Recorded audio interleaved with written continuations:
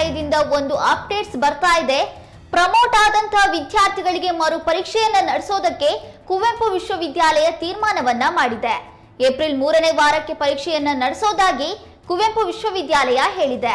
ಸ್ನಾತಕ ಪದವಿ ವಿದ್ಯಾರ್ಥಿಗಳಿಗೆ ಪರೀಕ್ಷೆಯನ್ನ ನಡೆಸೋದಾಗಿ ಕುವೆಂಪು ವಿಶ್ವವಿದ್ಯಾಲಯ ಹೇಳಿದೆ.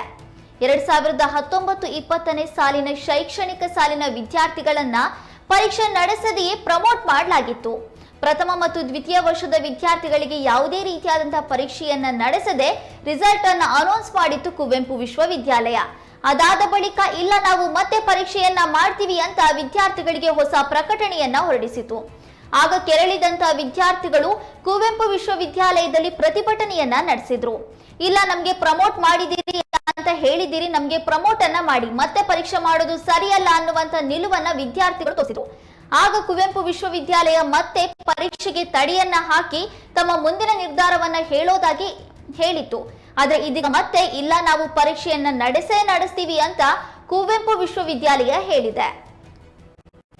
ಪ್ರಥಮ ಮತ್ತು ದ್ವಿತೀಯ ಸ್ನಾತಕೋತ್ತರ ಪದವಿ ವಿದ್ಯಾರ್ಥಿಗಳಿಗೆ ಏಪ್ರಿಲ್ 3ನೇ ವಾರದಲ್ಲಿ ಪರೀಕ್ಷೆಯನ್ನು ನಡೆಸೋದಾಗಿ ಕುವೆಂಪು ವಿಶ್ವವಿದ್ಯಾಲಯ ಇದೀಗ ಹೊಸ ಪ್ರಕಟಣೆಯನ್ನ ಹೊರಡಿಸಿದೆ.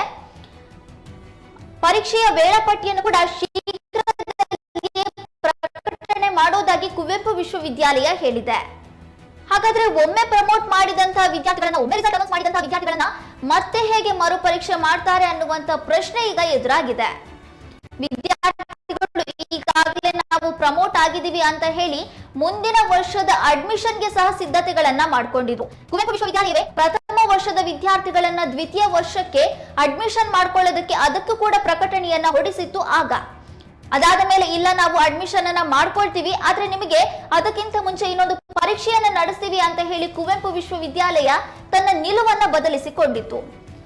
ಅದನ್ನ ನೋಡಿ ಸುಸ್ತಾಗಿದ್ದಂತಹ ವಿದ್ಯಾರ್ಥಿಗಳು ಇಲ್ಲ ನಮ್ಗೆ ಯಾಕೆ ಹೀಗೆ ಮಾಡ್ತಾ ಇದ್ದೀರಾ, ಒಂದ್ಸಲ ಅಡ್ಮಿಷನ್ ಅಂತ ಹೇಳಿ ಕರಿತೀರಾ, ಇನ್ನೊಂದ್ಸಲ ಇಲ್ಲ ನಾವು ನಮ್ಮನ್ನ ಪ್ರಮೋಟ್ ಮಾಡಿದೀರಿ ಅಂತ ಹೇಳ್ತೀರಾ, ಈಗ ಮತ್ತೆ ಬಂದ್ಬಿಟ್ಟು ನಮ್ಗೆ ಎಕ್ಸಾಮ್ ಅಂತ ಹೇಳ್ತಿದ್ದೀರಾ, ನಾವು ಹೇಗೆ ಎಕ್ಸಾಮ್ ಅನ್ನ ಬರಿಬೇಕು, ನಮ್ಗೆ ಹಾಗಾದ್ರೆ ಪ್ರಮೋಟ್ ಅಂತ ಯಾಕೆ ಹೇಳಿದ್ರಿ ನೀವು, ಹಾಗಾದ್ರೆ ನಮ್ಗೆ ಮತ್ತೆ ಅಡ್ಮಿಷನ್ಗೆ ಯಾಕೆ ಕರೆದ್ರಿ ಅನ್ನುವಂತ ಪ್ರಶ್ನೆಯನ್ನ ಕುವೆಂಪು ವಿಶ್ವವಿದ್ಯಾಲಯದ ಮುಂದೆ ಇಟ್ಟಿದ್ರು. ನಾವು ನಮ್ಮ ಕನ್ನಡ ಮೀಡಿಯಂ ವಾಹಿನಿಯಲ್ಲಿಯೂ ಕೂಡ ಆ ಕುರಿತಾದಂತ ನಿರಂತರ ಸುದ್ದಿಯನ್ನ ಪ್ರಸಾರ ಮಾಡಿದ್ವಿ. ಇದೀಗ ಮತ್ತೆ ಕುವೆಂಪು ವಿಶ್ವವಿದ್ಯಾಲಯ ಇಲ್ಲ ನಾವು ಪರೀಕ್ಷೆಯನ್ನ ನಡೆಸ್ತೀವಿ, ಅದಾದ ಬಳಿಕವೇ ನಿಮ್ಮನ್ನ ಅಡ್ಮಿಷನ್ ಮಾಡ್ಕೊಳ್ತೀವಿ ಅಂತ ಹೇಳ್ತಾ ಇದೆ.